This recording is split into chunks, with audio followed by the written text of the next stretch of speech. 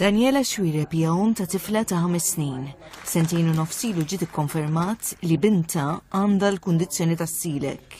Hija qalet li l-għarfien dwar l-kundizzjoni jgħin ħafna biex il-kwalità tal-ħajja tat-tifla titjieb. Dieta gluten free u nipprova anke nagħlmu lilha u għallimniha wkoll x'inhuma l-affarijiet li tista' tiekol ma ma tistax tiekol. Nitalmu ngħixu jiġifieri bil-problemi ta' kulħadd. L-awareness fl-iskejjel, pereżempju fil-Kastija tifla, it-tifla tiegħi għandha silek u tittoqgħod attent anke l-iskola. Il-Professur Thomas Attard spjega li ħafna drabi l-kundizzjoni ma tinarafx mill-ewwel u tiġi mfixkla ma' numru ta' kundizzjonijiet oħra.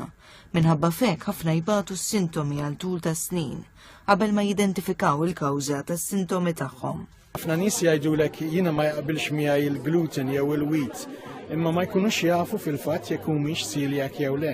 Celiac disease fil-fatt hija marda speċifika ħafna hija dak li aħna ngħidulhom autoimmune disease fejn il-ġisem jattakka lilu nnifsu. Imma dan l-autoimmune disease huwa speċifikament għandu bżonn xi ħaġa esterna biex titriggerjah li hija l-gluten li nsibu fil-wheat. Tiġi biex titkellem fuq allerġija, propja allerġija, mbagħad hemmhekk għandek proċess patoloġiku differenti, hemmhekk għandek bniedem sensittiv, mhux autoimmune sensittiv, li għandu exposure għal proteina, pereżempju proteina tal-ħalib. Il-konferenza li trattat il-kundizzjoni ta' celiac ġiet organizzata mill-President tal-Fondazzjoni tal-President tal-ġid tas-Soċjetà. Il-President Mary Louise Colero Preca qalet li meta persuna tiġi diagnosed bħala celiac mhijiex l-aħħar tad-dinja.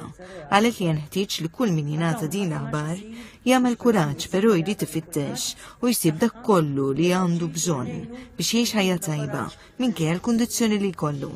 Il-President appellat biex isiru kampanji informattivi li jilħqu lil kulħadd u għalhekk ipproponiet li l-25 ta' April tkun il-ġurnata dedikata għal din il-kundizzjoni.